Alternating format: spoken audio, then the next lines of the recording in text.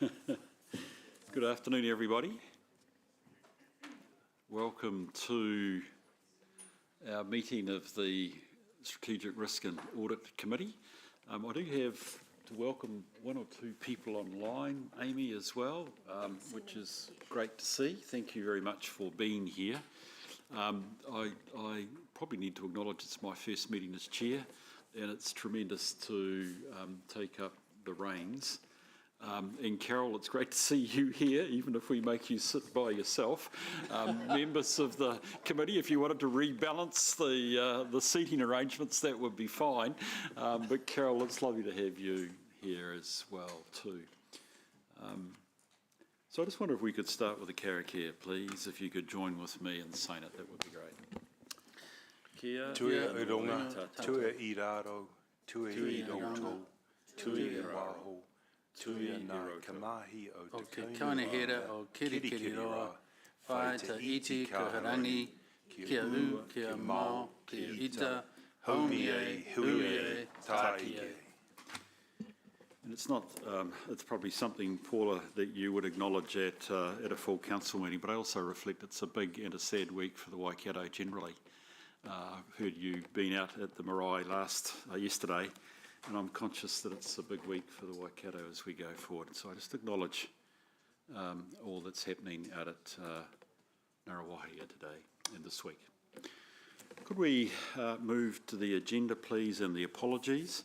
I've got Deputy Mayor Angela, Ewan, Sarah and Mark. They're all apologies for the meeting. Amy, is anybody else there?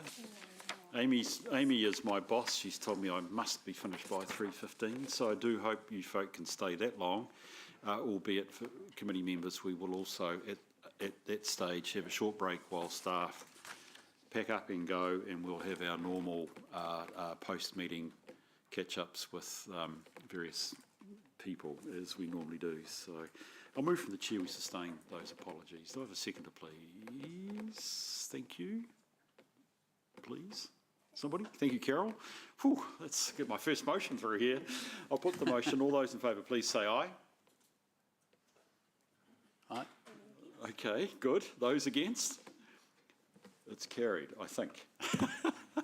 Am I doing it wrong? Loud, clear voice, please. That would be great to have my motions passed. Pardon? Ah, okay. Yes, so Look, Tim, thank you. Fair point, actually. Sorry, I should acknowledge that. So, in other words, Louise, Paul, and Carol, you've got a shout. No, not Louise. Louise, we have. Oh, you're not either.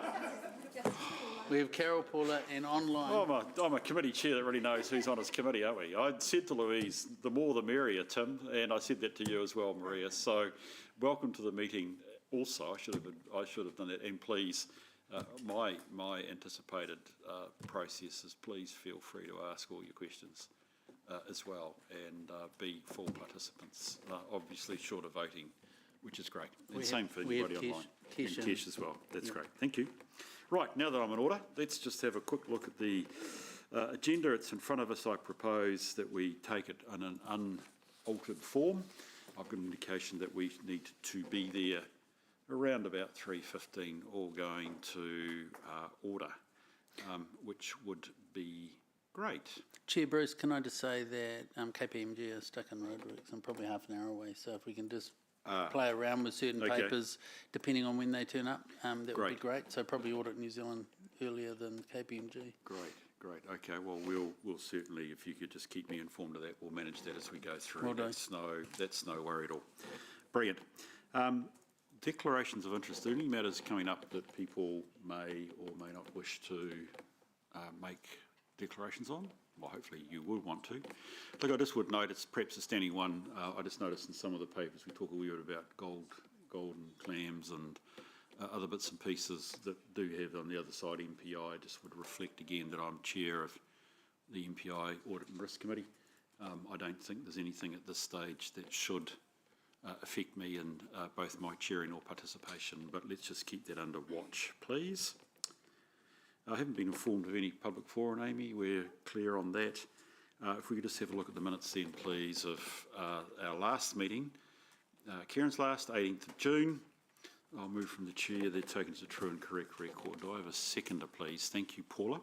Is there any discussions on those minutes in terms of accuracy or correctness that folk would like to raise? Looked pretty much like the meeting. I'll put the motion. All those in favour, please say aye. Those against? It's carried. Thank you very much. I now know we'll get two soft voices. That's great. At least I know who's in the room, and I'm sure people, Maxine, if you want to, you should yell out. Hopefully you're on my committee as well. That would be great. There were some staff action items under there. I think they're probably in hand, Amy, so, pardon? Yes, there were. Good, that's what I thank you, Paula. That's exactly what I wanted to just check with you folk, that you were comfortable with that as well. Okay, so Lance, if we could move, thank you, to the first item, which is your open briefing of the committee. Thank you. Thanks, Chair Bruce. I'll take the report as read. I'll just add a little bit of extra commentary. Local water's done well. Councillors have been on a journey over the past 3 or 4 months, just an ever-changing landscape on this, but I think just in the last month there's been some significant announcements by the local government funding agency and also DIA around the form of water entities into the future. So we've been aiming to get the report out for the September the 12th meeting, which should happen over the next 48 hours. Actually, I'm just been reading it now just to authorise it. So elected members and the public will get access to that report with all the attachments. So there's quite a bit of information in that. I won't labour that because I think a lot of the elected members have been on the journey. I'm happy to answer any questions on that. Fast track approvals, obviously this is a moving feast, and there's been a number of applications put in for areas of land within the city boundaries, on our city boundary outside of the Hamilton City, and also in other parts of the Waikato and right across the nation.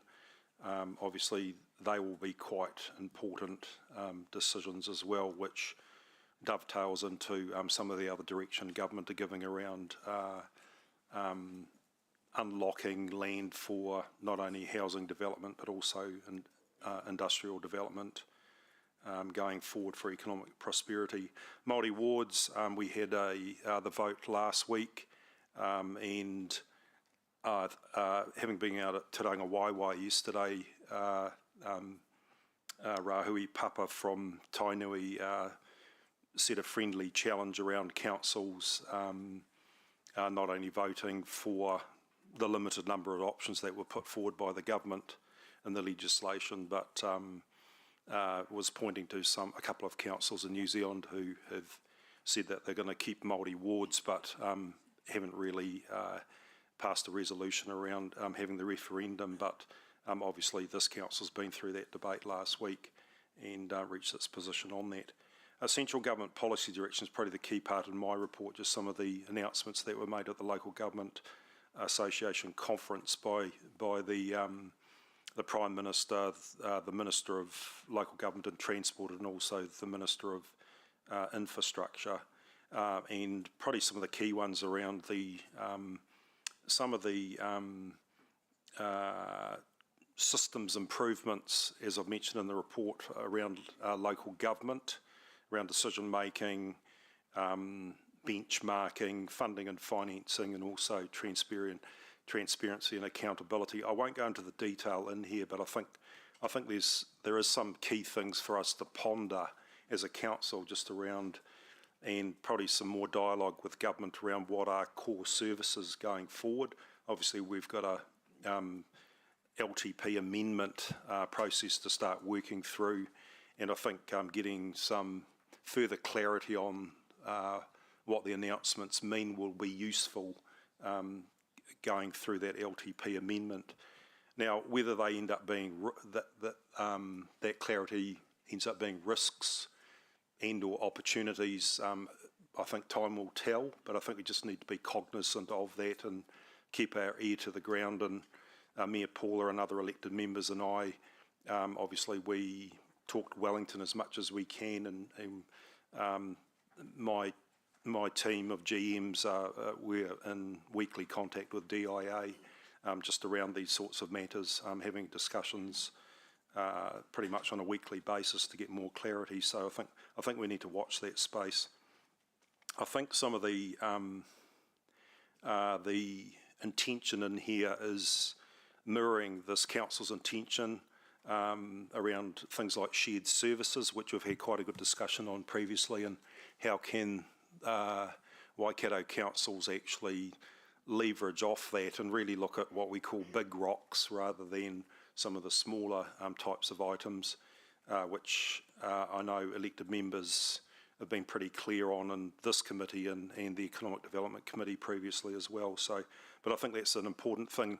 And as we work through the previous topic of local water done well, I think a key question is then if waters goes into other entities, then what do the residual councils look like, and what are the opportunities for shared services going forward in a meaningful way that makes things better, cheaper, faster, and maybe provide some relief to our ratepayers as well. So I think it's going to probably open up a real conversation around not only we're concentrating on waters, but how do we have that shared, talk about the other shared services that could happen across the councils, probably throughout New Zealand.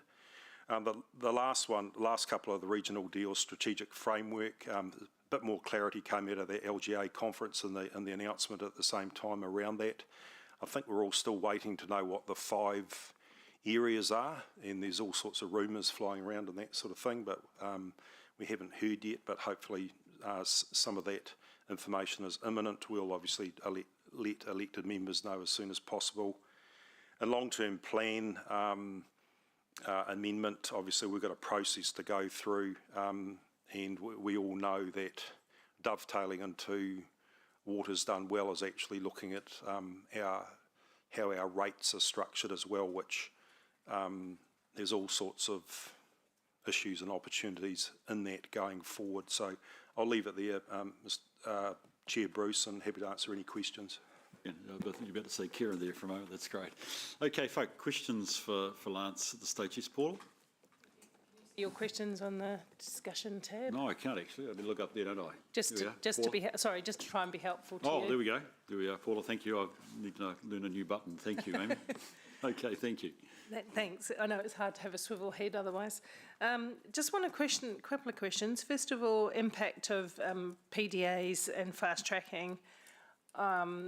Any view on the impact of government's announcements at the conference, and you were there with me and Tim and Moko, on our ability to fund our infrastructure rollout and the cost of land? What's that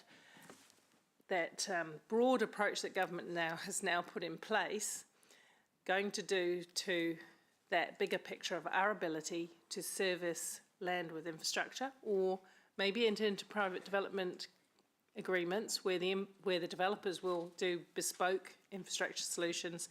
Will that have any cost on implications on the cost of the business that we're doing and the cost of the land, the strategic land purchases, etc.? What will all that do in that? And there's a reason I'm asking an open, because this is something that I believe the public needs to be aware of. Well, I think the first blush is that yes, it will.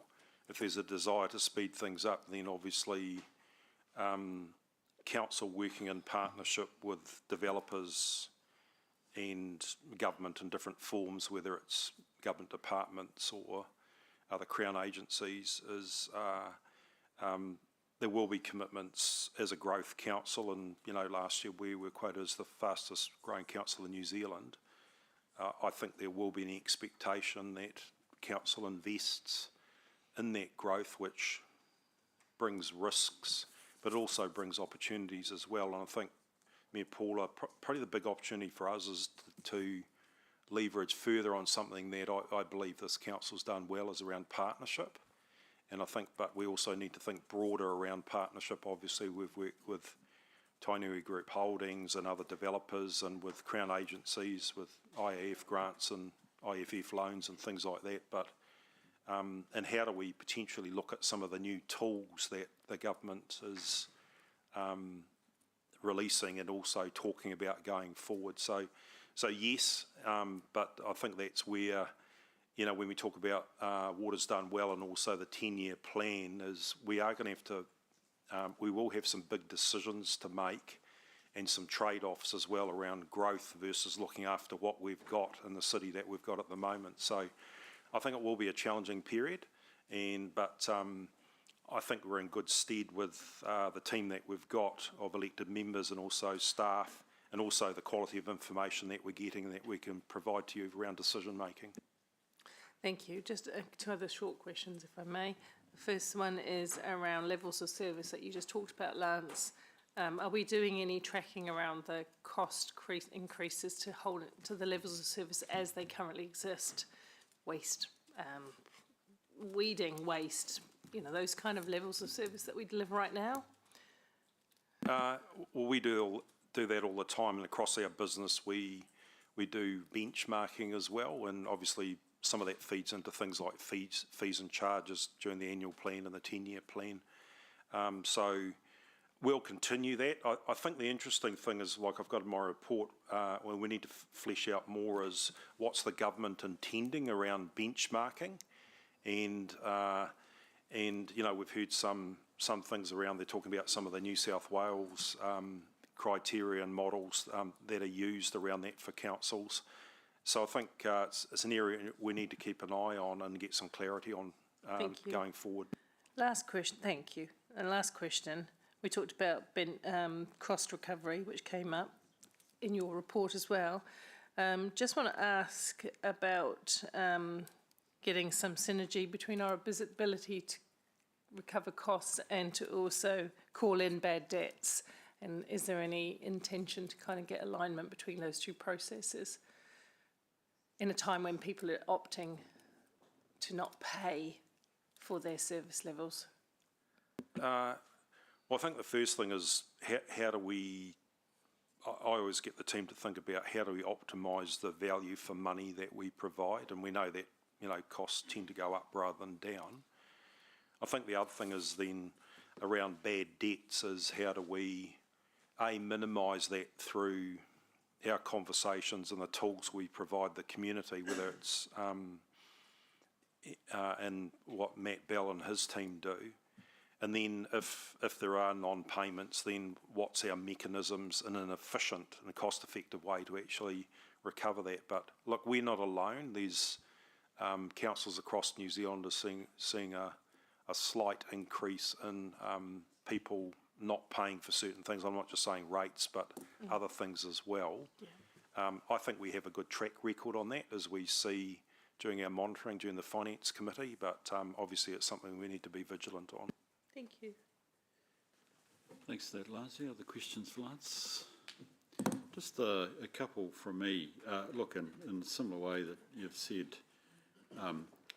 Mayor Paula, about the We're in Public, can I just acknowledge your support, Lance, for our workshop and initiatives to start looking at our risk profile. Thank you for that, and thank you for the work of ELT, all lined up down there in the course of the last week. I suspect, while it's given Nicholas a headache and homework, I just want to express my appreciation that you've personally come to those and dealt with those.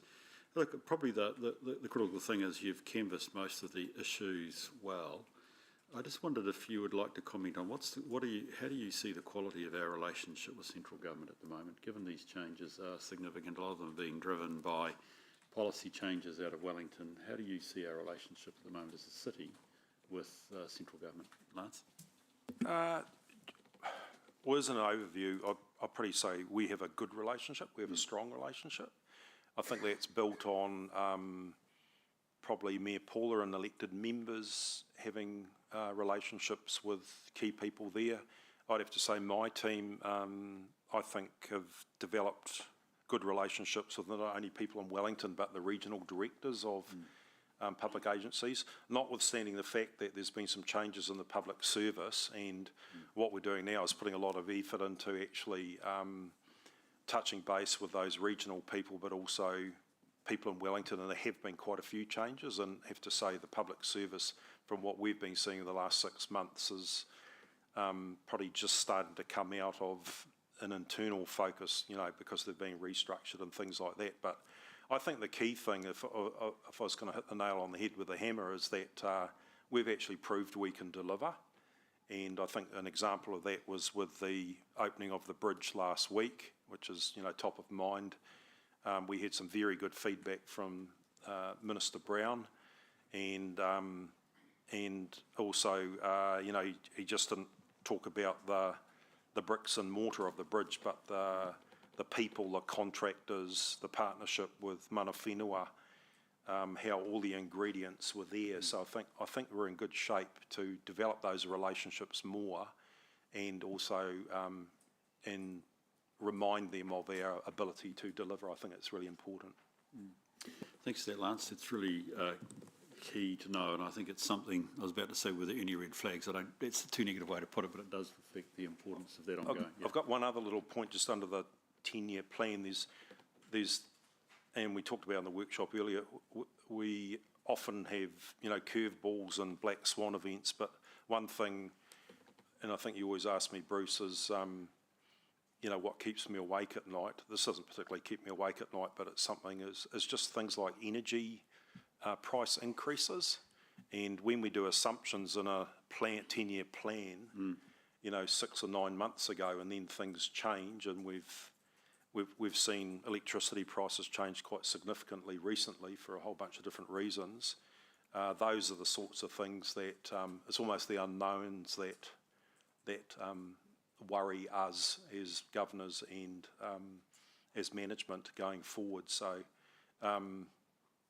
if we had a crystal ball, we'd be able to predict things better and adjust for that. But I think it is about being nimble. How do we adjust to those things that do happen? It's not always what happened, it's the way you actually react to it is important.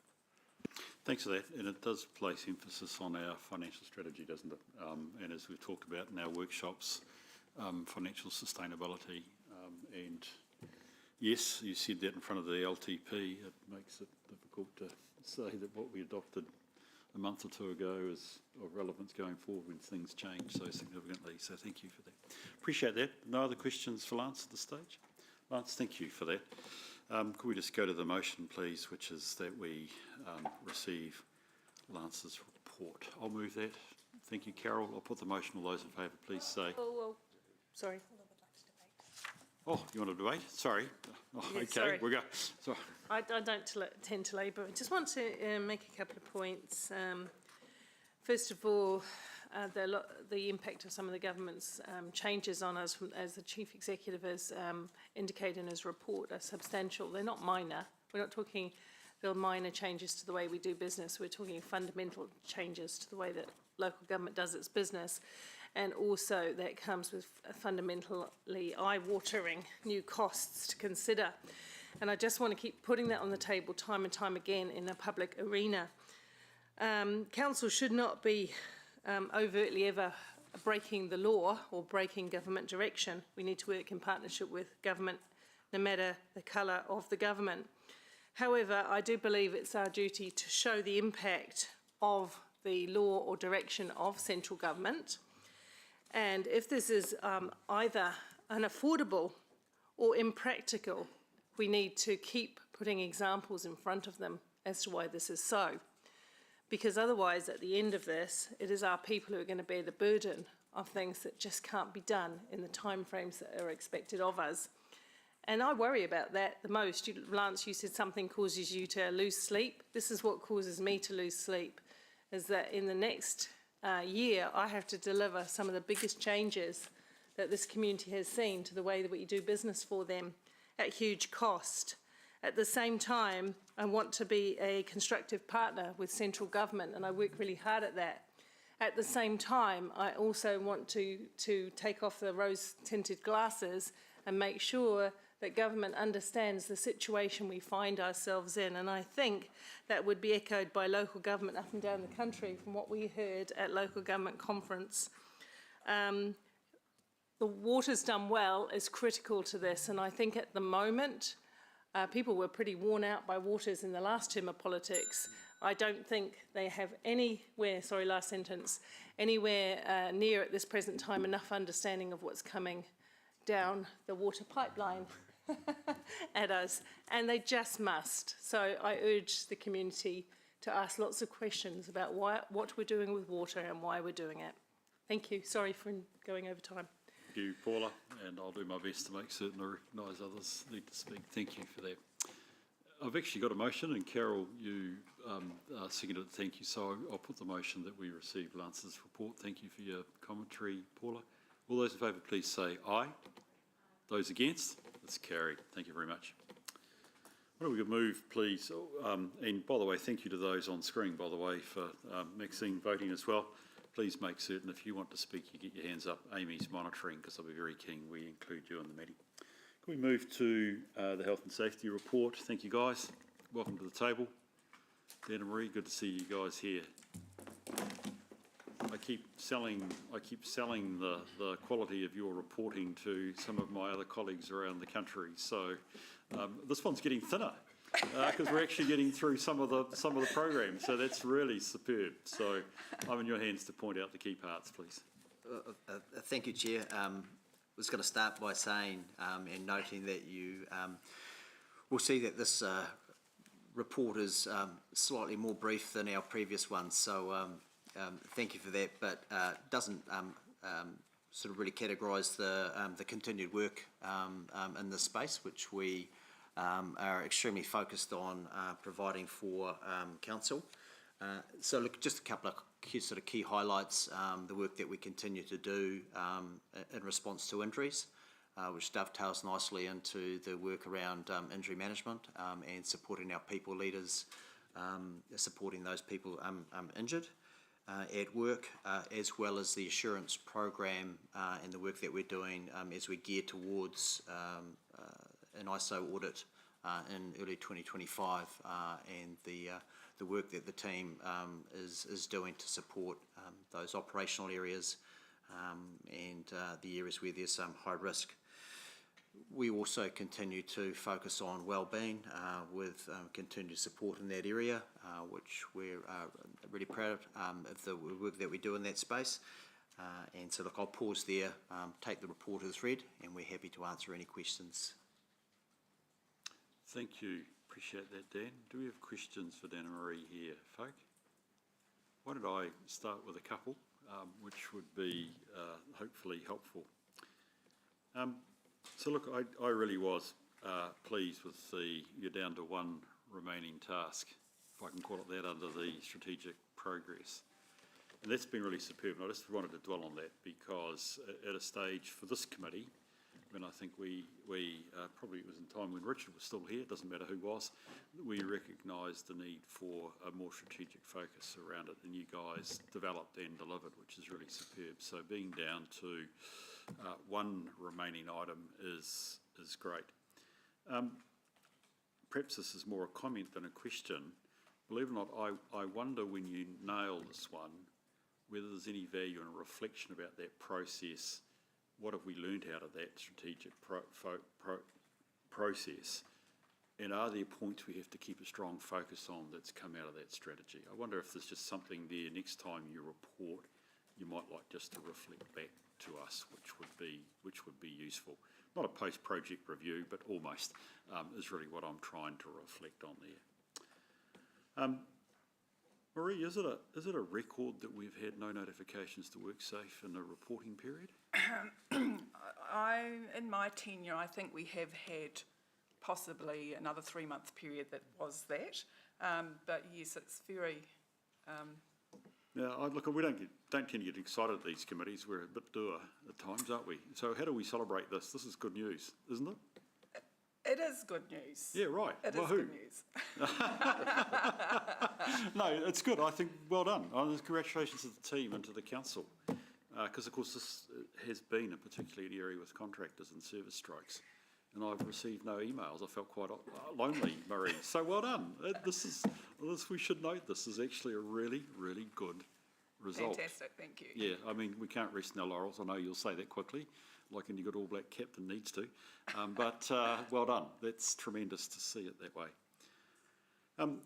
Paragraph 25, you've done 25 internal audits, and I was very interested to read the template for them at the back, and clearly they're quite thorough.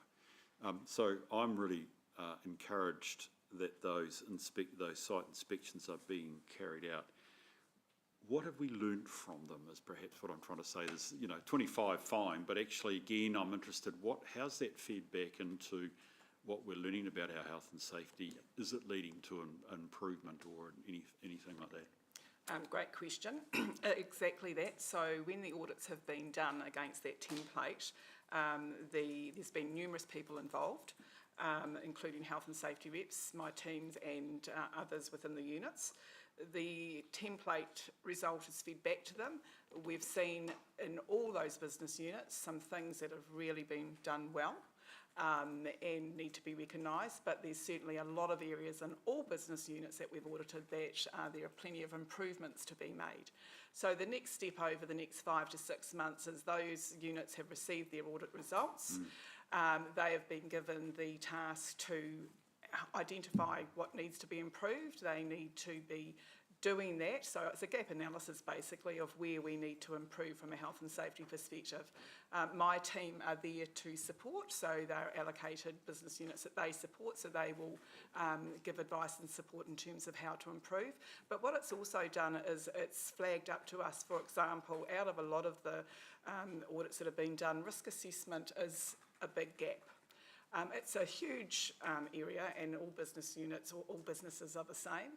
So for us and my team, we're putting together a risk assessment training module, which just even goes back to basics around teaching our people how to do a basic risk assessment, because we assume people know how to do things, but we need to educate. A big part of what we do is educating. So out of the audits, we are seeing some actually big projects of work that my team need to deliver on in order to support those business units to be in the best place they can be.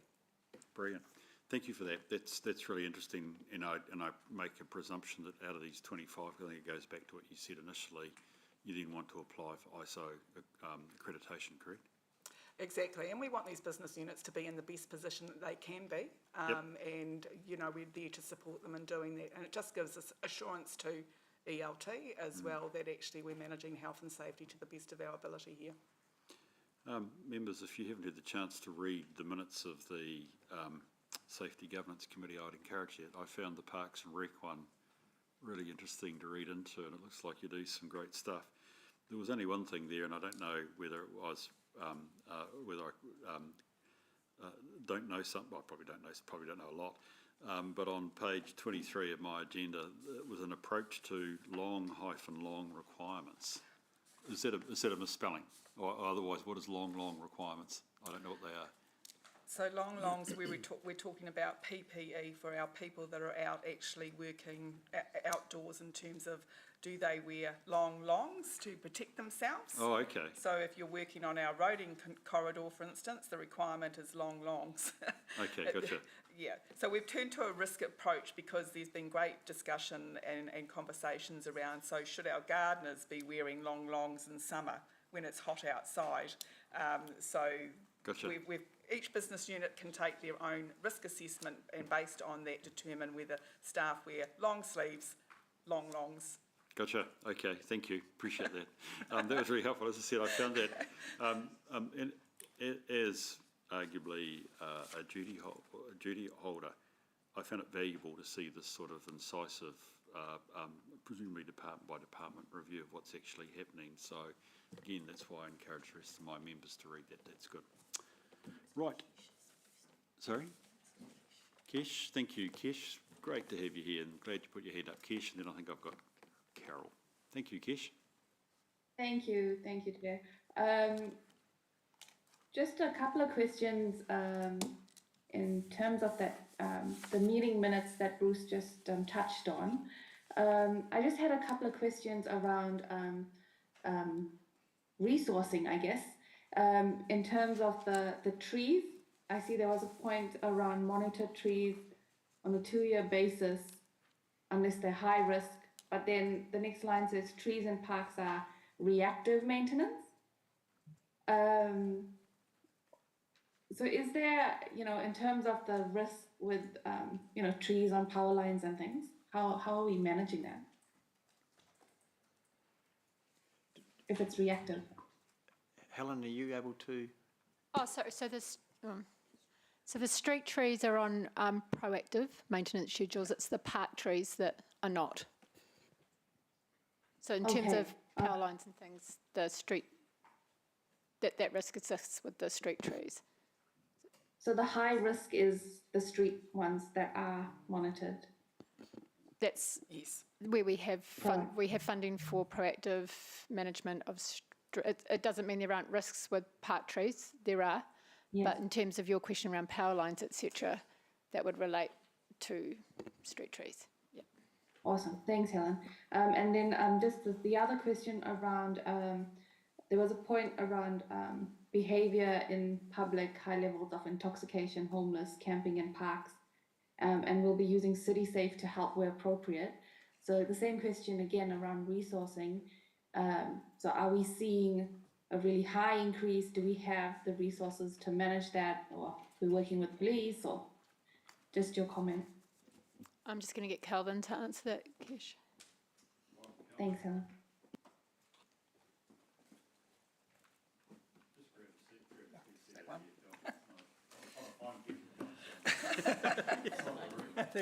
There we are. Through you, Chair, to try and answer Councillor Kesh's question, CitySafe does have the capability and the capacity to do that. That we see that as part of our everyday function, and that is a standard part of our practice, supporting other council units if they are engaging with difficult or potentially aggressive customers, and trying to do the de-escalation and intervention in there. All right. So you said we do have capacity, so that I think that answers my question. We would put that, we would obviously, like a number of agencies, we're required to do some prioritisation, but if that's a real and occurring event, that takes a greater priority than doing some patrolling elsewhere in the city. Gotcha. Thank you, Calvin. Thank you, Chair. Thank you, Kelvin. Sorry, Kesh, is that, you're okay? Carol? Great. I just really wanted to highlight in point 26 about the Aura, the incident mobile app, and I just think that's a really a lovely use of technology to make it easier for people to do the right thing. And I just was curious if there's any other sort of opportunities like that in the pipeline. Our inspection templates, which we have built into Aura over the last 2 years, is always about continuous improvement. In fact, the whole system is. So we work closely with business units to see how we can improve things for them. And if that means that we can formulate and build a template in there, we will. But it's actually been a real game changer for the pools, because manually they were doing 4 to 6 checks a day on filtration units with paper-based, and now it's all in one place, and they can just access it all the time, get reports out. It's fantastic. So we're really leveraging off Aura to be the one source of the truth and to be able to really support our people. Great, thank you. Paula? Just going to ask you a question in terms of the cost around health and safety and the requirements by law, all on the increase, just which we understand. In terms of some of the lower risk, well, how you categorise risk, where's the balance between self-autonomy and taking care of yourself versus genuine, requirement of the workplace?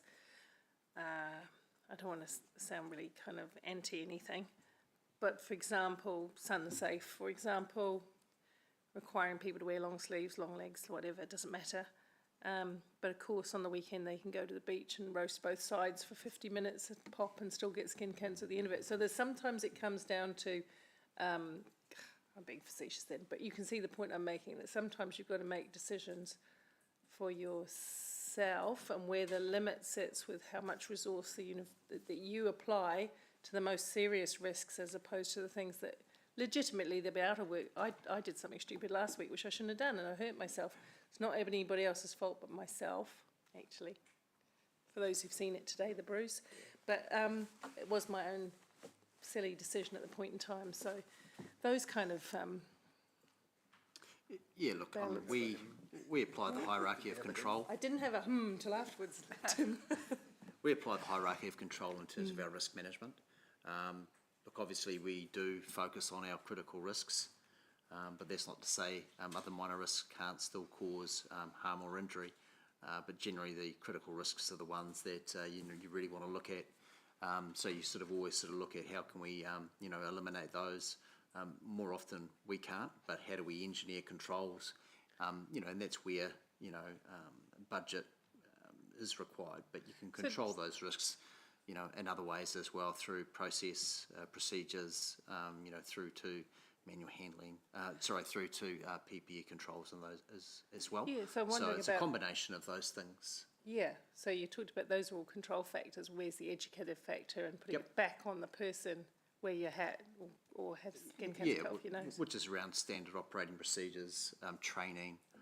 So that is the onus or the obligation on the employee performing those tasks, that they do follow those processes, that they do wear the appropriate PPE, but are there engineering controls as well that can provide fail-safe processes as well. So I know, just wondering if going to your point, tips too far sometimes. Not you, but the whole system. no, we have a very holistic approach though, and we do have a line in terms of a boundary that as an organisation we go down that path in terms of people have to be responsible also.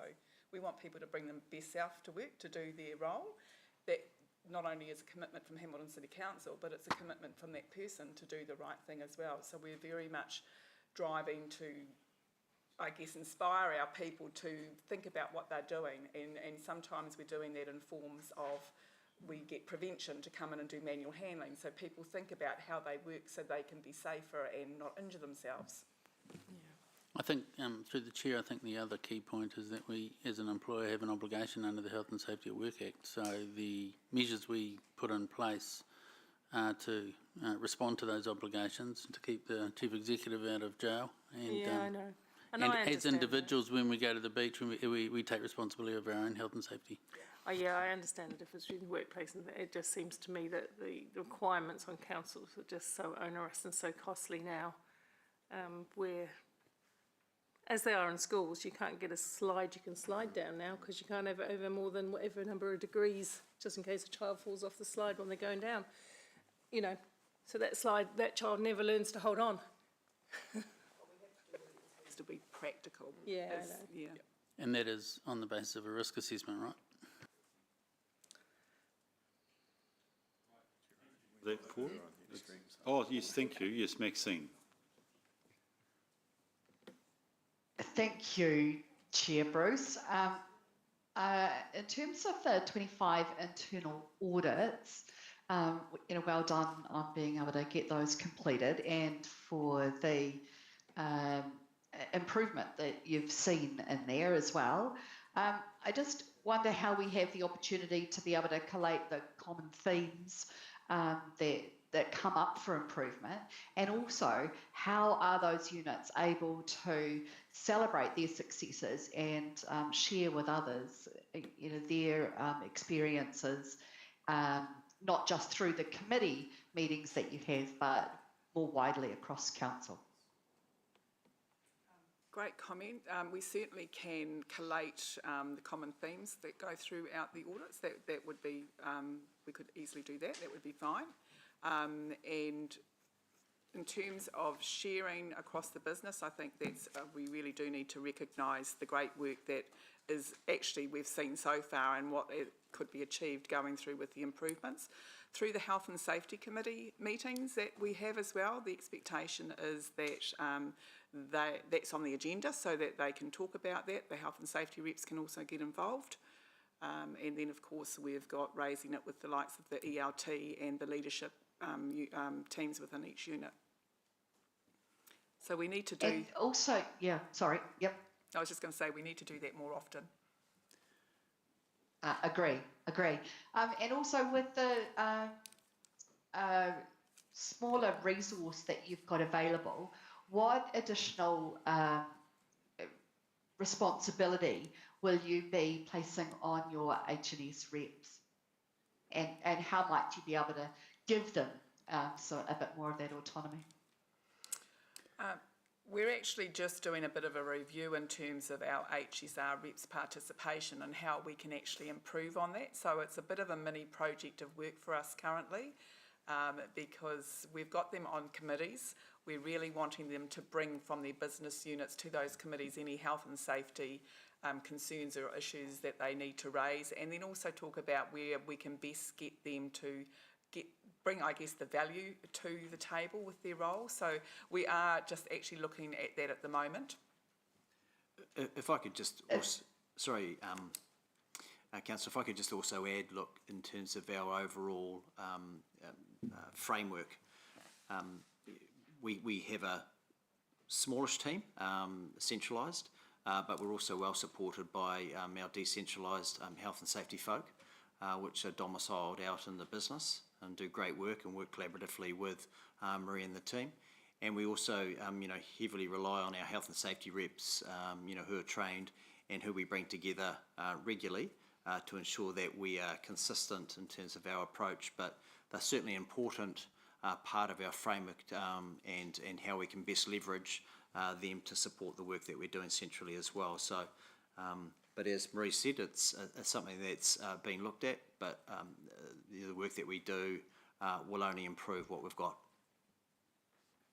Wonderful. And you'll be reporting that through this committee and through your report, as we see today?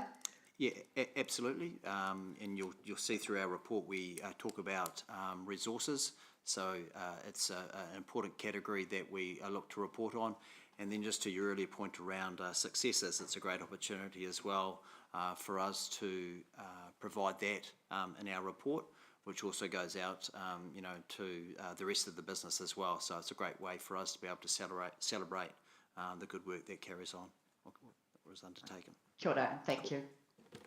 Chair Bruce, can I just say, budget doesn't constrain us in what we're doing in health and safety. So if there's something around engineer controls and things like that, staff are encouraged to bubble that up. And I think the Health and Safety Governance Committee going out to their business, look, staff are pretty free and frank. We had a session out at the zoo the other day, and Baird and the team, obviously they're working with dangerous animals and other hazards there and that sort of thing. So I think it's been invaluable that, and Councillor Ewan's on that governance group as well, and Mangai Ollie. And I think it's really good having governors involved with senior staff, with staff at the ground floor actually having those discussions, and I think it makes it real then. So I think if I had any major concerns about engineer controls and we didn't have money for it, I would come immediately back to council.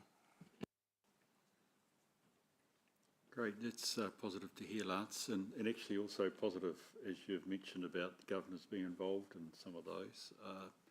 Dan and Marie, I think it's probably beholden under our responsibilities that if we can involve more at various stages, perhaps there's a chance to observe. That's why I very much like the report on the Parks and Rec from the Health Safety Committee. Chance just to see what it's really like on the ground, I think is important. No other comments or questions? That being the case, I'll move the motion to receive the report. Do I have a seconder, please? Thank you, Mayor Paula. Is there any debate on the motion? Being none, I'll put it. All those in favour, please say aye. Those against, it's carried. Thank you very much.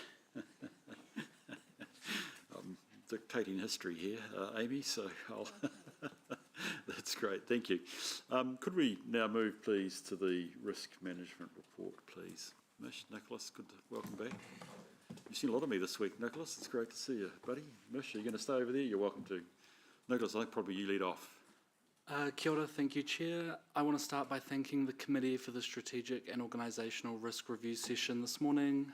The new list of revised risks will be further developed by management, and then they'll be brought to the December committee for approval.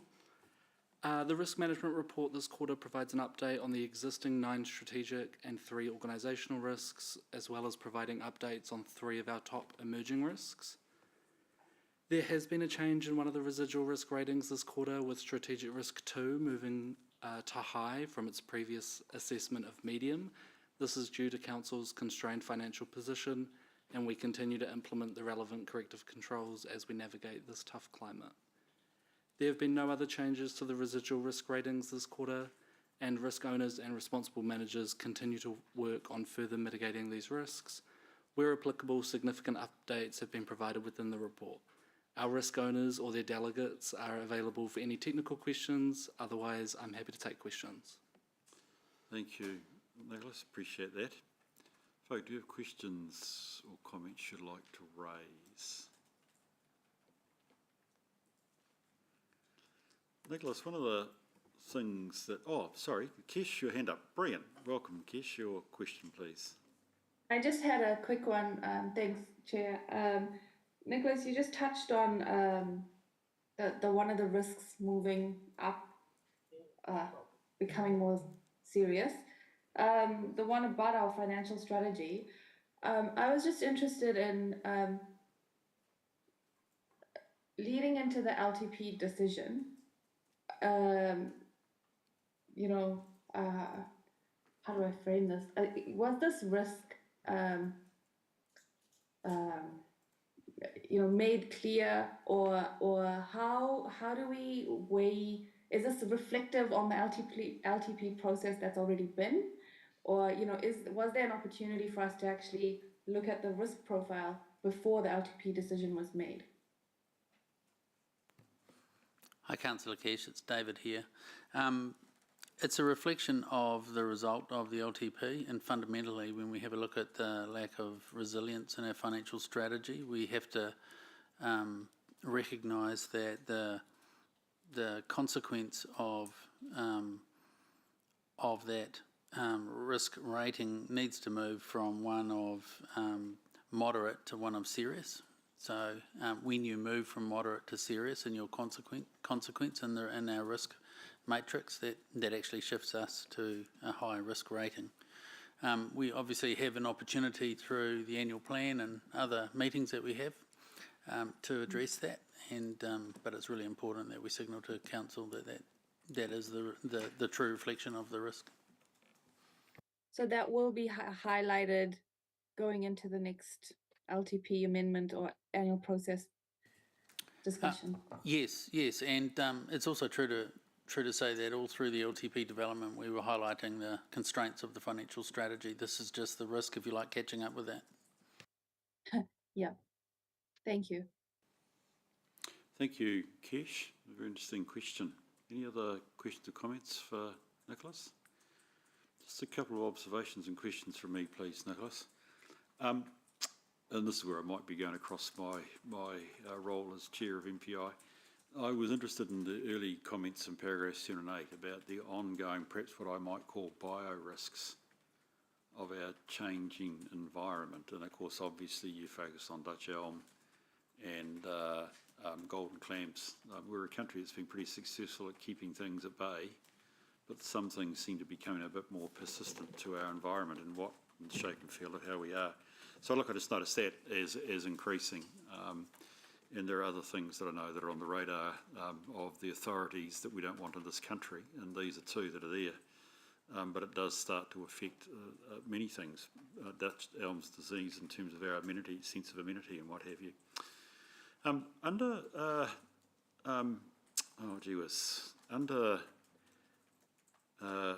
risk 5, which is failure to deliver on growth and outcomes, I was interested in paragraphs 35 and 37 and some of the increasing changes that are in play in this area. And I'm conscious also, for me, relates back to our financial strategy and how we're balancing or managing what appears to be an increasing future risk around growth. And I'm probably almost going to, you're looking that way, I'm probably looking at probably Blair as well, as to actually how sensitive, how we manage this going forward. Any comments on that one, Blair? Sorry, I wasn't quite listening to that. I heard something about MPI and I wasn't quite switched in. Oh, so that was the previous point. Yeah, sorry. Blair, I was just interested if you had any comments, and I'm looking here at paragraphs 35 through 37, where, and I guess probably in lots of ways, Lance, you touched on this indeed in terms of your report to us as well. But actually this fine balance between growth and our financial strategy. I was wondering whether there's any comment we could have around this.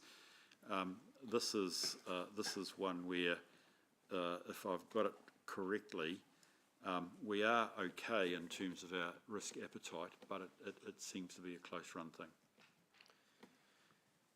Thank you. Look, it's a really big topic, this one, and it links to both the reform of waters and the obligations there around making sure the waters program passes the regulatory tests, including economic regulation. So that then speaks to the capital program of waters responding to the needs of the city, including growth, which is the topic of SR5.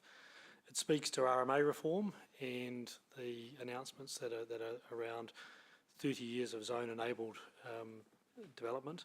It speaks to our financial strategy and some of the changes that the government have signalled through LGFA. So, Chair Bruce, it's something that occupies a lot of our time and focus. As Lance said in his answer earlier, we work closely with our partners, government, developers, iwi, neighbouring councils to navigate this. And this is a challenge that's not unique to Hamilton. If you talk to any other high growth council, it'll be a very similar theme. So it's an extremely complex and challenging topic, and I guess one that we just need to spend a lot of time on, and I think through Mayor Paula's most recent advocacy and articles that she writes in terms of infrastructure funding and financing, the need for new revenue funding tools, the need for us to think about how we deliver smarter solutions. It's all encompassing. But I guess for this committee, it is both a risk and an opportunity. And I guess growth brings with it positive opportunities, and it's just how we work and respond with those and how we do so with our partners. Look, certainly as a committee, Blair, I'll be very keen to see how this fits in with the overall sustainability of the financial strategy. Bearing in mind my role is not to get into the policy of growth, but actually its impact. There are a few things in this report, Nicholas, that keep coming back to the financial strategy. Things like in paragraph, so building off that comment, Blair, things like in paragraph 19 where we talk about loss modelling, we need to validate our maximum probable loss, because we now start talking about what's our dead head, or what's our headroom. Somebody talked before this morning about the space to manage this becomes really, really important. And there are some other things here which keep coming back to that idea of the ability to maintain our financial strategy, which becomes a really important part, I think, of this committee, in addition to the ongoing monitoring of the Finance Committee around our financial strategy, which interests me. Chair Bruce, I think the other comment is how we're perceived from the public in terms of our ability to respond to that challenge, and there's no doubt that the challenge local government has got more and more difficult. Blair's exactly right with what he has articulated. We also have our credit rating agencies that are looking from afar and very concerned about the growing debt of high growth councils. Nicholas, sorry, I'm just conscious, Paul, I've just got a couple of comments to go, if that's okay. I do appreciate the general assessment of the risk against the risk appetite. I think it's fair to say that a good number of these we aren't within appetite. That's sort of like a question. When I go through it, I haven't actually totaled them up as to find out whether 6 are outside or not, but the risk environment the council's operating under is not easy. It's not a benign environment. It tends to be a bit, we're stretched a bit here. Yeah, what I would say is that these are some big risks. If we look at the likes of Strategic Risk 1 or Strategic Risk 8, where the residual risk rating is very high, but we have an appetite of cautious. These are massive risks, and we are continuously trying to mitigate them further so that we can reduce them, so that we can get to that appetite. And that they are kind of low and slow in terms of how we're going to go about them. Brilliant. Hey, look, my final comment before I pass over, Paula, is under 84. If there's any doubt, certainly as chair, I'd be very keen this committee helps and supports and participates in climate change disclosure reporting. Presumably we're going to, g'day Charlotte, I can see in the back there, presumably we're going to dip our toe in this rather than go whole hog, but I'm very keen that as a progressive council we get into this, and to the extent there's a role with this committee, I'm prepared to put my hand up and say, as a committee, we'll put our back into this as well. So If that needs to be the case, we're happy to do it. I'm saying that on behalf of my colleagues, not that I've consulted with them, but then I'm a dictator. Paula, can I invite you to raise your questions, please? Yes, a couple of questions, partly for the interest of public debate. One thing, high growth councils, Blair, regional, is it correct then to say that given that the government doesn't look like talking about city deals per se, but they do recognise the needs of high growth councils, the sub-regional or regional deal is going to be critical to our ability to deliver over the next 10 years, isn't it?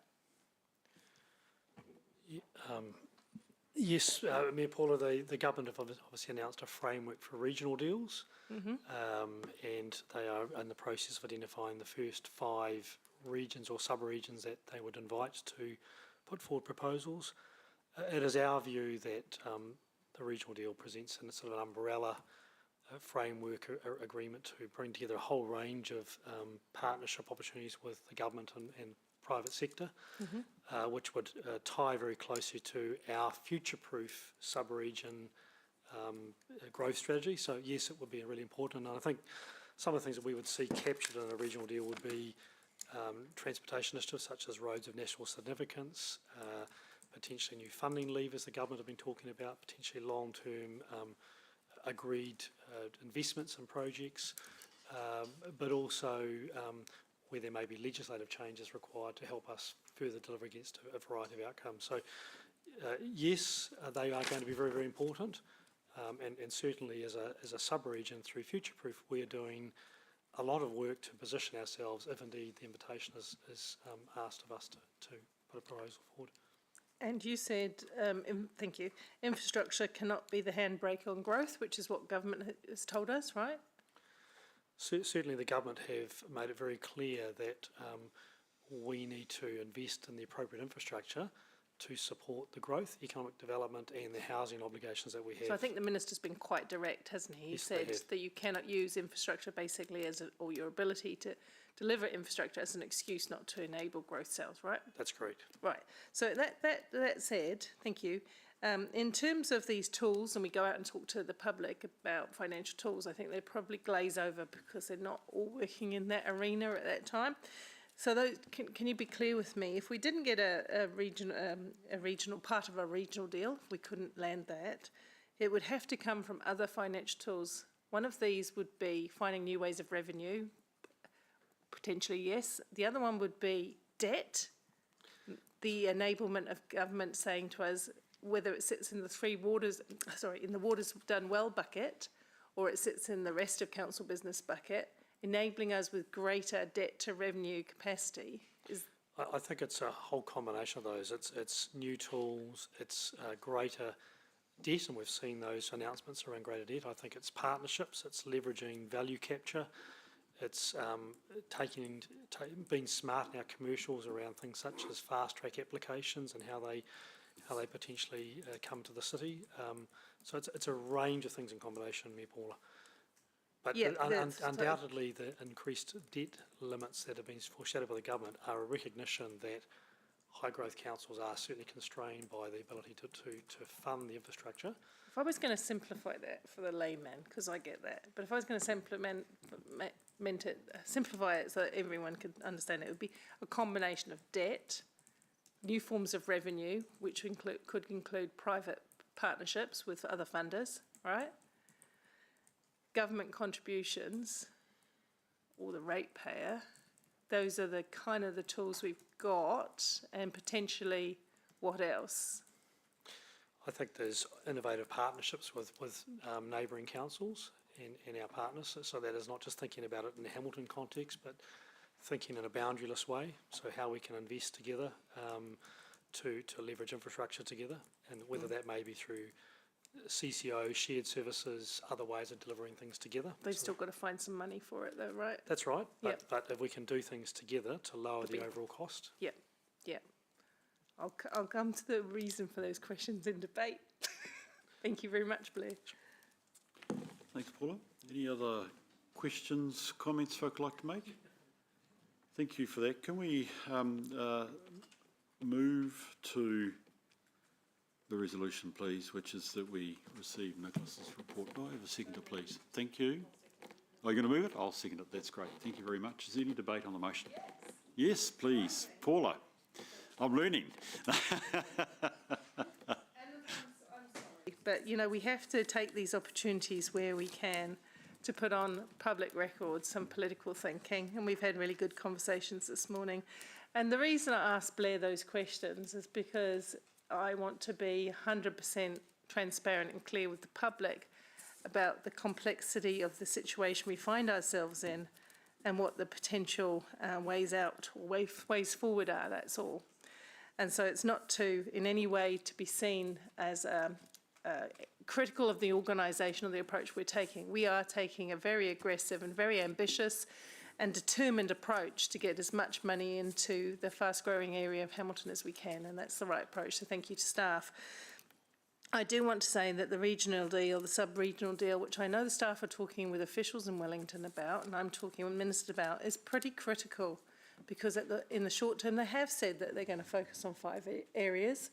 We do hope that we've got a good relationship with government. We do hope that our region will be one of those, because we are the fastest growing city in New Zealand. We are able to deliver on the government's aspirations for growth, and we are able to deliver housing alongside some of our neighbours. So it's pretty critical. What I want the public to be aware of from this very get-go, as we start to talk about this together, is that some of the tools that are open to us is, one of the tools is external partnership funding. I mix those words up, no, partnership funding. But where that's going to come from right now, we're not sure. But we are open to working with others to get a good deal. Another part of it is debt. There is this, the government has indicated that it's going to be quite generous in terms of our debt capacity, both across water and the remaining business of tier 1 or fast-growing councils.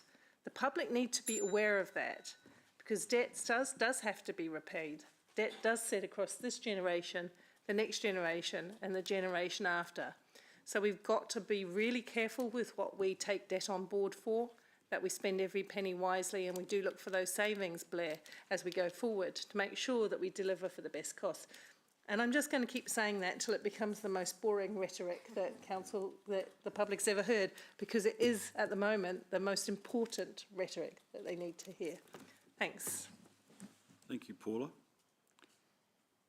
And I would just reflect how interesting it is that what you're talking about is actually the opportunity that growth provides, but also those things that might prevent us from being able to deliver on it for our community. So I appreciate your comments. I do have a motion. I think you moved it, Paula, and I seconded. So I'll put that motion. All those in favour, please say aye.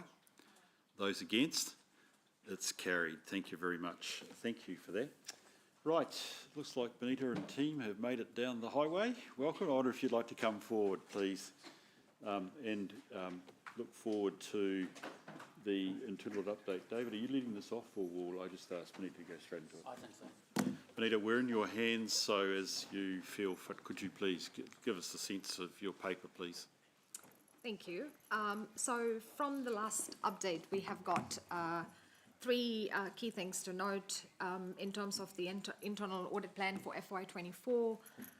Procurement maturity assessment has been completed, and we have included the summary report in the papers. Accounts receivable was another review which we have completed. It is with management for comments, and it will be in front of the committee next time round.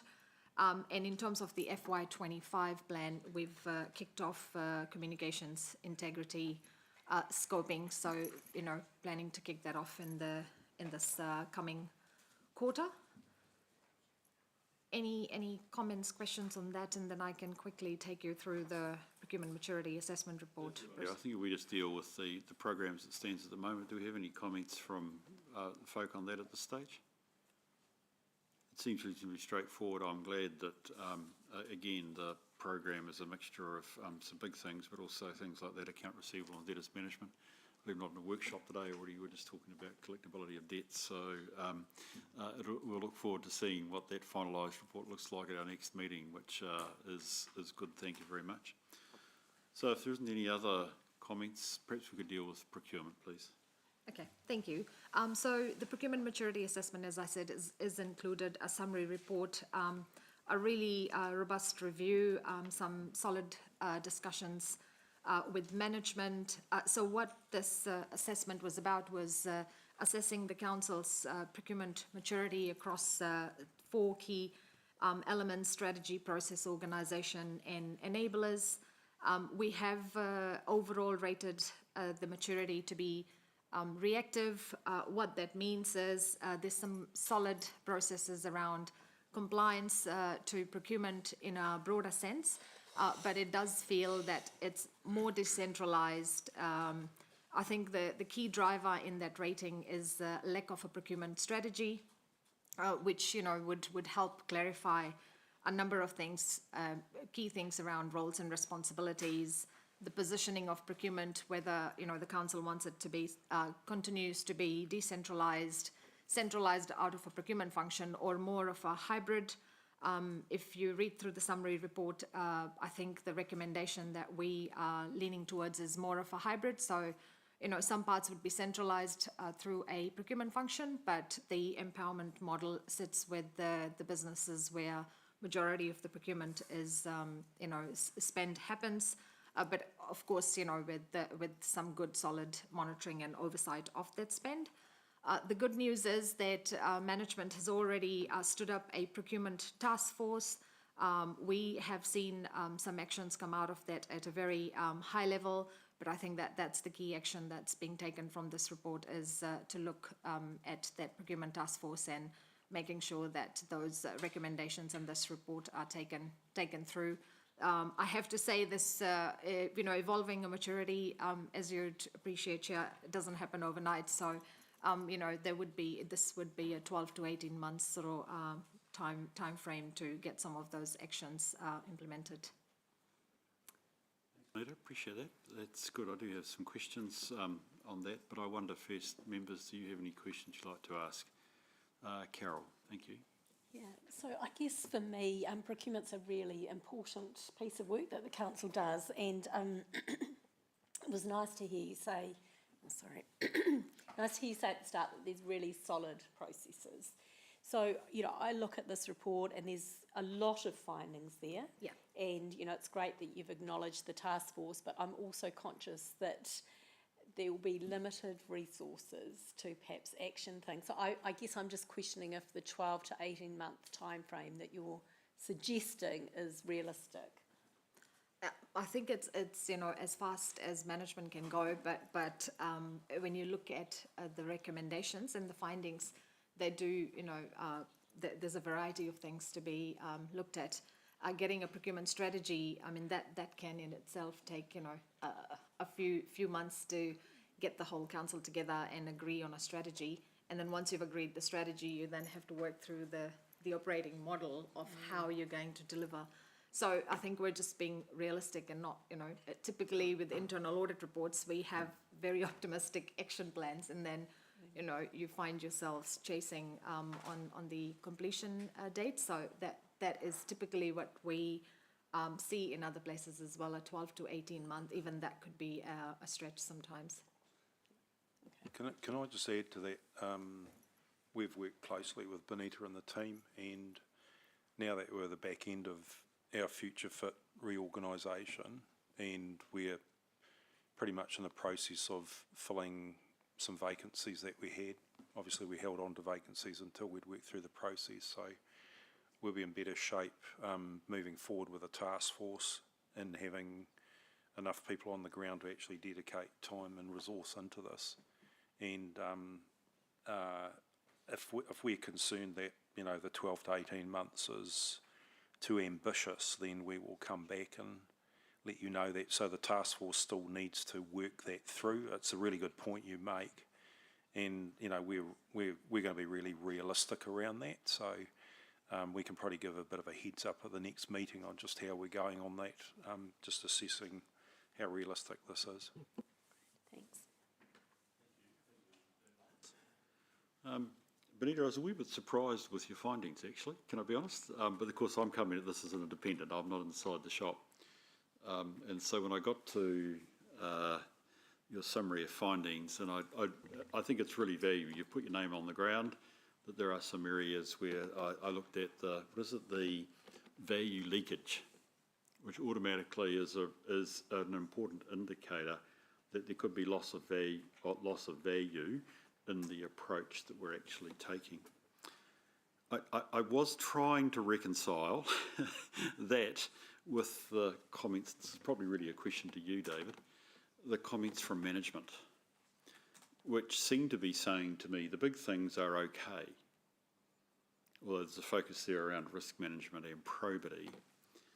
Yet we've still also got a task force in play to perhaps consider ultimately where we stand relative to your findings. So my first question is, David, I wonder if you could just reconcile my thinking, whether I've got that one right.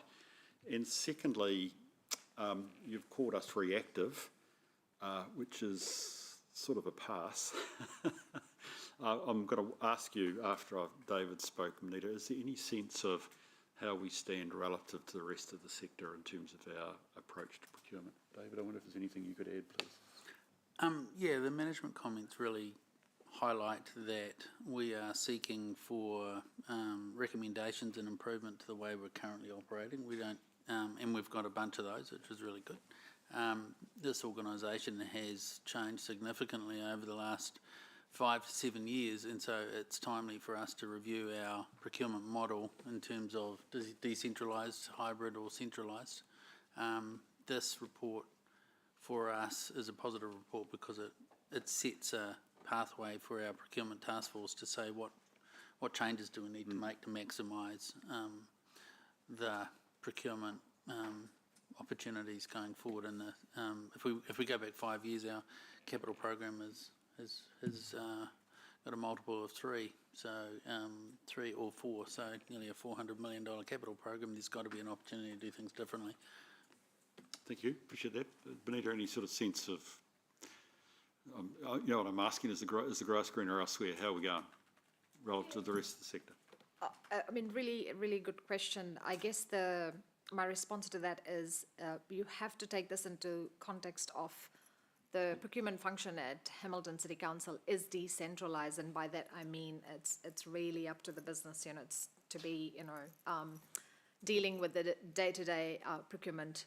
And with that lends themselves quite reactive. So if there's a big deal, there's a big, probity, there's lots of, all the right things are done. But I think it's what we're suggesting is bringing it all together. And the finding that has spanned across all of this is the lack of a procurement, strategy. So I think in that sense, it has landed itself in more reactive. Now, organizations where we see that they're a bit of a hybrid of decentralized and centralized will at least land on a basic. What that means is they've got very clear roles and responsibilities. They do have a strategy. They know what they want to achieve and how they want to get there.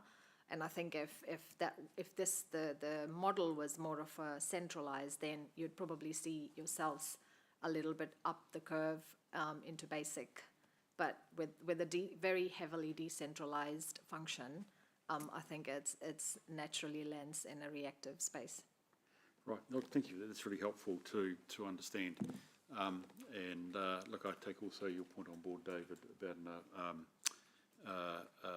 is positive, and how do you step up?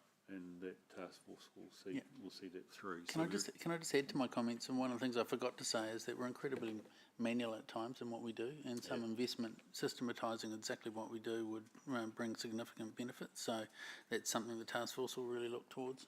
Brilliant. Okay, no, that's great. Other questions for, yes, Carol? Oh, Maxine, sorry. Maxine, welcome, please. Thank you, and thank you for the report. I guess this is a question open to be answered by anyone, really. But in terms of our own position at Hamilton City Council, and also being able to be a good partner and a collaborator, how might a strategy set us up to be successful in that sphere as well?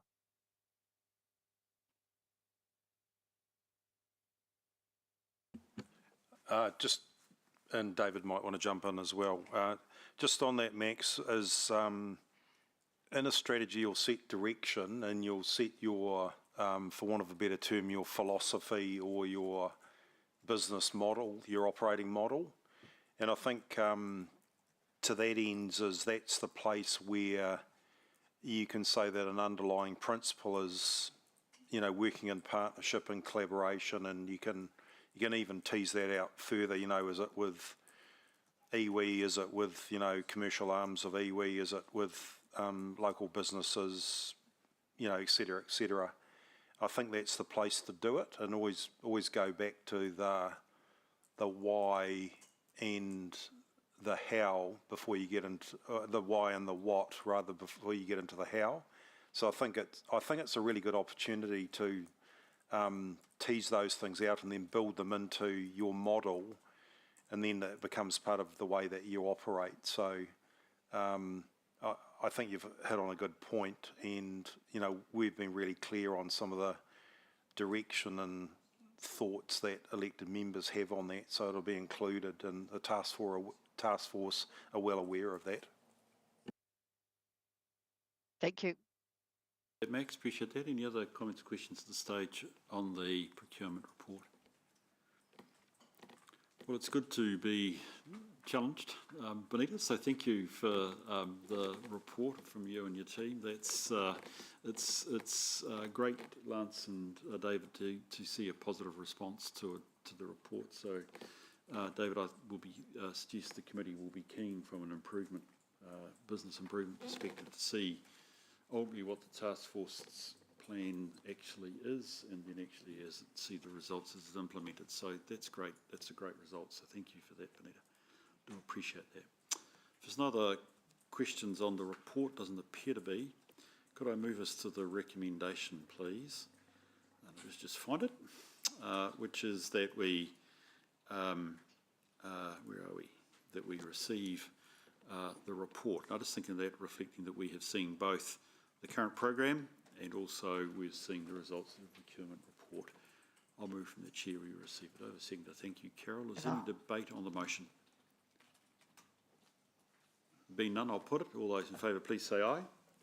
Those against, it's carried. Thank you very much. Benita, again, thank you for coming all this way. I do appreciate that. That's been incredibly helpful.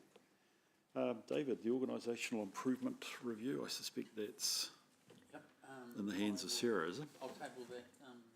Sarah's not with us today. She's graduating from a leadership program, so congratulate her. Yeah, I thought I saw Sarah here. I'll just take the paper as read.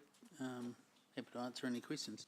Thank you. Do we have questions for David on this? I looked at most of the process, David. It seemed like we were in reasonable shape and things were progressing through. Your eye couldn't help but go to the red where something hadn't been started, but there's only one of those out of the total, so I'm not going to get sort of too vexed over it at this stage, correct? Thank you for affirming that I shouldn't be vexed. That's superb. Any other questions, folk? I don't sense any. Can we then move to receive this report, please? I'll move that over. Seconder, please. Thank you, Paula. Any discussion? I don't want to rip over a paper too fast, but I also want to recognise improvements important. The fact that we've got lots of completed actions is great. I'll put the motion. All those in favour, please say aye. Those against, is carried. Thank you very much. David, I assume that you're also dealing with the next paper as well. And that's correct. I'll invite Clarence and team to come down. Oh yes, of course. G'day, Clarence. Welcome to you folk being here. Appreciate it as always.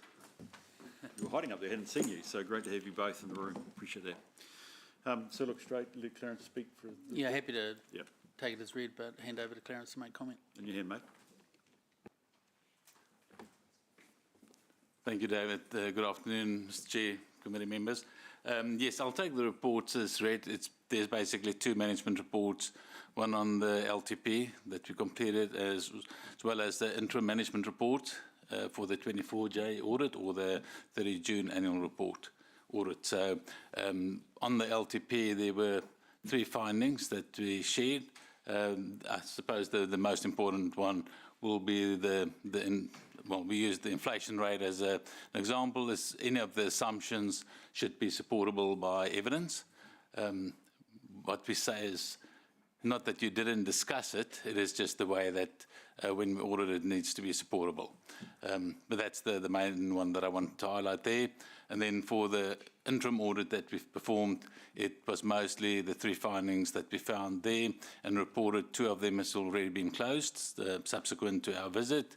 And the one that's remaining is around the super user or privileged access to your FMIS system and how that's reviewed. So, but I think overall it's actually a good result on both reports. And well done, Clarence, that we've got a timely interim report as well. Great to have it before, well, virtually as you start the final. It's great that we've got a finalised report, so well done to you and your team, as well as also to presumably Sarah and team for clearing through comments, which is really superb. So it seems reasonably straightforward and run through at the moment. I must confess the LTP's gone. Lance has already indicated in the meeting today that some of the assumptions, even the ones that we've agreed are probably supportable, could well be subject to significant change. And I think we all know that's the risk in the current environment. I guess a small chance just to talk more broadly about the annual report. You're obviously back in now. I see 26 August you were back on site, correct? That's correct. So the team has started on site. Kat is the new manager for the annual report. Yeah. Yes, so we have the full team starting this coming week. We have two people at the moment working on it. So we have received most of the request on dashboard. So we are working with management on a few things that we're trying to highlight and bring forward the risky areas so that there's no surprises and we can actually deal with it in a timely manner. Yeah. So there's nothing, Kat, out of the audit, the interim audit, that is affecting or you're having to modify your approach in this final phase? So we still, after our revalidation of the interim audit, our approach stayed the same. Obviously, as we go through it, there may be some changes in what we do. We are discussing the new non-financial reporting that we foresee may be a problem. We're not there yet. And that is the how to audit the traffic congestion measure. But we are working with management and trying to get a better understanding of exactly the system, because that is a new measure for us this year. So we're looking at how to actually approach that. Brilliant. Thank you very much. Folk, do we have questions for Paula? Not Thank for you. For our Yep. auditors. Thank you, Paula. I do, thank you. I was just looking at your attachment 2, long-term plan report to governors. Being as I am one, I thought I'd better have a look at that. Just in terms of the risks associated on, I think you've covered them on page 110, at least that, page 6 of your report, sorry, of the attachment, sorry. Just wondered, you've made some comments about our debt to revenue headroom, or debt headroom, and you've made some comments about inflation. So my question about the debt headroom is, while you note we have some standby facilities, I guess what I read into that is that you feel we're sailing sort of fairly close to the wind in terms of debt headroom at the moment. And then I'll come to the inflation. Through you, Mr. Chair. So what we said is, yes, you are sailing very close to your debt headroom, so it is quite close. If you draw down on the facilities that you have available, the LGFA imposed limits would be breached, which may lead to additional risk. We're not saying that you won't be able to respond. We're just saying there's a risk, and when you go to my audit opinion, that has been highlighted as additional risk, and we drew attention to the readers with our emphasis of matter on exactly that, the limited headroom. So that might be something like an unexpected cutback in revenue that we were anticipating, or as we're in a risk and strategy, a risk and audit meeting, it might be an unexpected disaster or something like that, of that nature, that's the sort of thing that's likely to lead to that? So, through you, Mr. Chair, so pretty much when we assessed it, it's pretty much to react to natural disasters.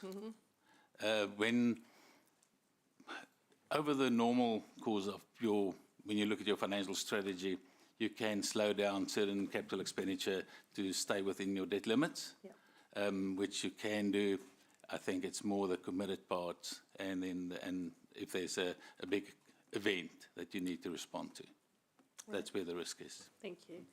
And in terms of inflation assumptions, we were talking this morning about Brad Olsen's Infometrics piece of work, for example, that he did for local government New Zealand. And I was at an event with him recently in Parliament. You're talking about inflation in those terms, but it's fair to say that if you looked at local government metrics or an inflation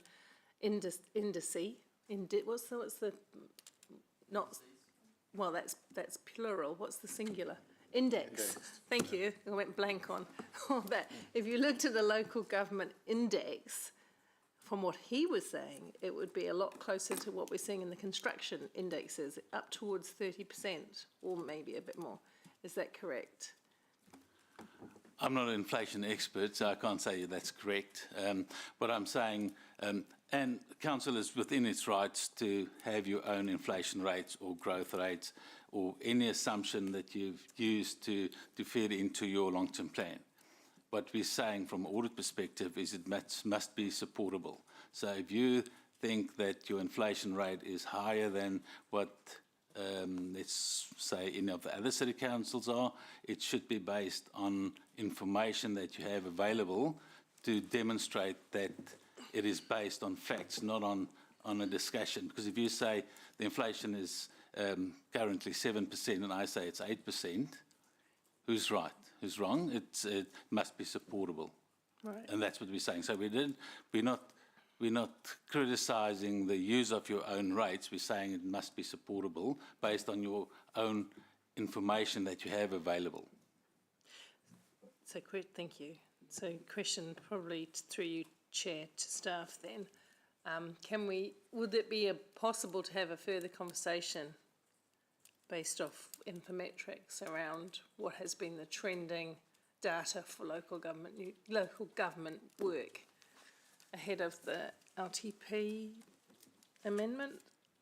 Because you're saying we can have a different index, but we have to be able to support it if there is supporting evidence, historic and projection evidence from credible experts. I presume we can do things differently. Yes, I just want to say through you, Mr. Chair, can we put it as an action to kind of have a conversation about the real and actual costs of local government doing business as opposed to any other kind of business? We can include that in one of the workshops. That would be perfect. Thank you. Paul, it would not be illogical. I mean, an amendment to the LTP, from my understanding, would only be related to the amendment. But I think equally, if we're being intellectually honest and we think things have moved substantially, it's probably wise to try and wrap that up in the process of thinking the amendment as well. So I think your recommendation that we hold that over to the LTP amendment, particularly around some of those big assumptions, just as we'd probably want to address electricity prices or our interest rate, it makes a lot of sense. They're the big sensitive ones that could well move the numbers along with the substance of the amendment. I agree. Any other questions or comments? Thank you for that, Clarence. Appreciate that. Yes, Kesh. Thank you. I just had a question just after your comment, really, the bit about our LTP consultation document.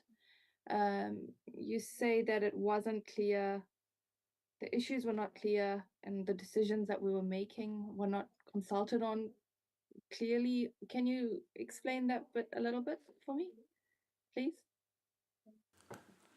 So thank you for that question through you, Mr. Chair. So first of all, we didn't audit the consultation document, so we didn't express an opinion on that. When we reviewed the final document, the long-term plan document, we said it could have been clearer, where you on what you were consulting and where it was actually reflected in the document.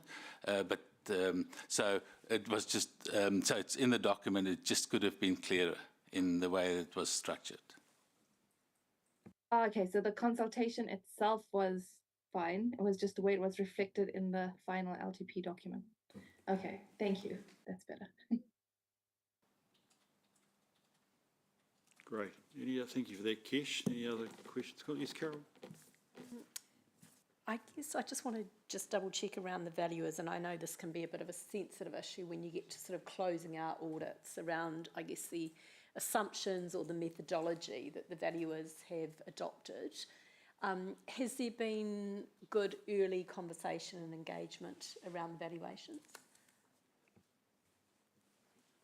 Through you, Mr. Chair, so definitely. That is, was also highlighted in our audit plan as an area of focus. For the current year, there's the operational and land valuations that's being performed, as well as the fair value assessment. Now, one of our recommendations that came through the long-term plan management report was to go back to the renewals costing that was used in the long-term plan to make sure that that's reflected in the fair value assessment, because there was indications that that may be higher than the normal indices being used, and we just wanted to make sure that it's reflected in the 24J audit as well, using the right information to do your fair value assessment. Mm-hmm. Thank you. Thank you, Carol. Okay, anything else that we need to raise? Thanks for that, Clarence and Kat. That's really helpful and appreciate your report. Again, emphasis on good and timely reports gives rise to conversations at the right time. So thank you again for doing that. So we have a motion to receive the report, which I removed. I move. Do we have a seconder, please, for that? Pardon? Max, yes, we'll share it around. So Max, thank you for seconding that. Is there any discussion on the motion? There being none, I'll put the motion. All those in favour, please say aye. Those against? It's carried. Thank you very much. Appreciate that, Clarence and Kat. Appreciate you being here this afternoon. I offered, nobody debated, so there we go. I'm learning here. Rightio. Compliance reporting update. Mish, please, or Mish, I think it's you. You can do it from there, that's fine. No? That would be odd. That would be odd? Would be a risk. That would be a risk. Okay, thank you. There's an opportunity now to be at the table. Gotcha.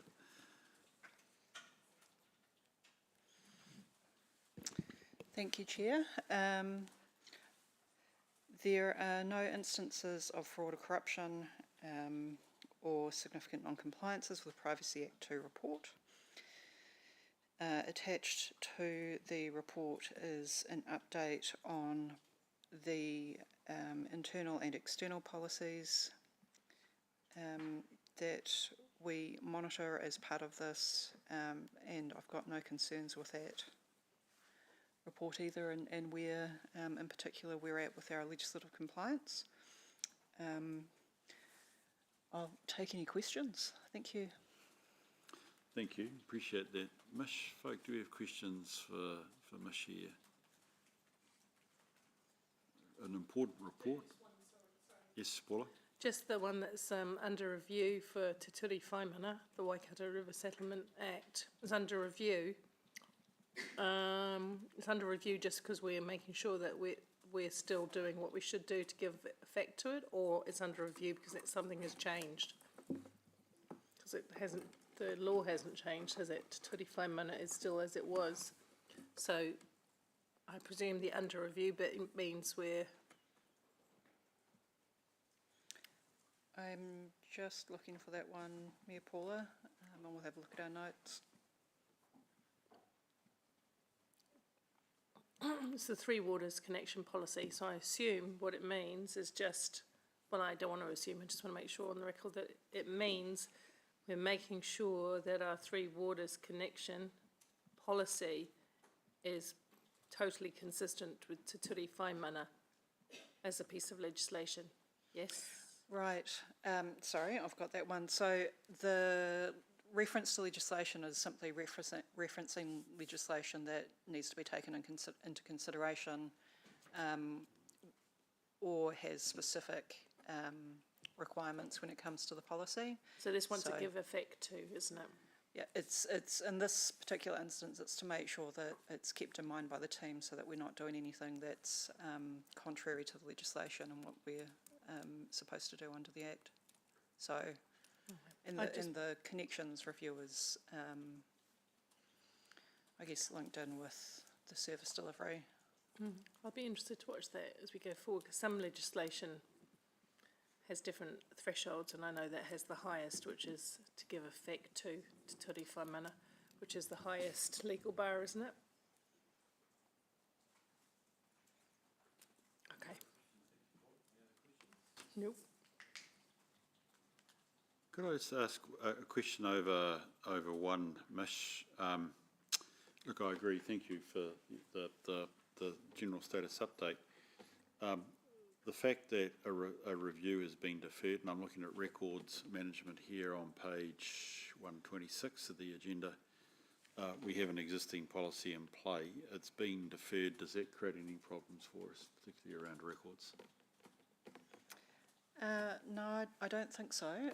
The team have been doing a significant amount of work shifting our record management from CM to SharePoint Tahi. That's really around our compliance with the, I suppose, with the Public Records Act and making sure there's a policy in place for staff so they understand the expectations around record management. We have been talking recently to the IS team, so we know that it is on the radar to push forward with the review as part of their work program. It was. I sort of hated to raise it because it was something that was of, shall we say, a matter of reasonable focus for a good number of committees probably 3 or 4 years ago, and I've forgotten the detail. So it just perhaps it just left me slightly worried that a 2014 policy may be a bit dusty relative to current legislation, but I would need to defer on that one, and it could be a false impression on my part. Okay, thank you. Looks like. Thanks, Alan. Appreciate that. That's a long way down. I'd say dusty, but probably more from a modern presentation of a policy as opposed to does the intent and the core of the policy still stand and make us compliant. So I guess from a pure policy point of view, reusing the old one keeps us compliant, but with the refreshed one, we definitely want to make sure that we focus on a more modern take in delivering policy. Okay, thank you for that. Make it more accessible. I'm assured. That's wonderful. Appreciate that reason I asked the question. Any other questions for, yes, Carol. Mine was sort of on the same vein, and it could just be my interpretation of the table, but it's got a number of the policies and they've got next review dates of 2018, 2019, and they say they're under review. And are they, it's quite a long time between 2018, 19 and 24, and is that just my reading the table the wrong way? Or, for example, the streetscape and the corporate hospitality and entertainment one? You're not reading the table incorrectly. You are right. There is in some cases a bit of a gap between reviews. When we're looking at the review process, staff are looking at risk. So particularly with management policies, we'll be talking to the team about what's the risk of leaving this and what other work is there that's higher priority, or what have we got capacity to do at the moment. So that's the short answer, is that the ones that haven't been reviewed, it's a reflection of the risk and also the capacity of the teams who are involved in the process to be able to get those ones across the line. I would say that there's nothing in the, I suppose, the statutory space that is compulsory or presents a high risk that is sitting out there not reviewed. Thank you, Mitch. Thank you, Carol. Could we move to the resolution, which is to receive the report? Oh, do I have a seconder for that, please? Thank you, Carol. Any debate on the motion? Being none, I'll put the motion. All those in favour, please say aye. Those against, it's carried. Thank you very much. Look, we need to move into PX. That completes the open session. On page 133, you've got the 4 matters we want to consider under PX. I'm comfortable they all should be dealt with appropriately that way. So I'll move that. Do I have a seconder, please? Thank you, Paula. Is there any debate on that motion? We're all comfortable? I'll put the motion. Thank you, Max. All those in favour, please say aye. Those against, it's carried. We'll just take a break for, perhaps we could actually, I think, allow ourselves 5 minutes just to refresh and let staff make the appropriate arrangements for a closed session, please.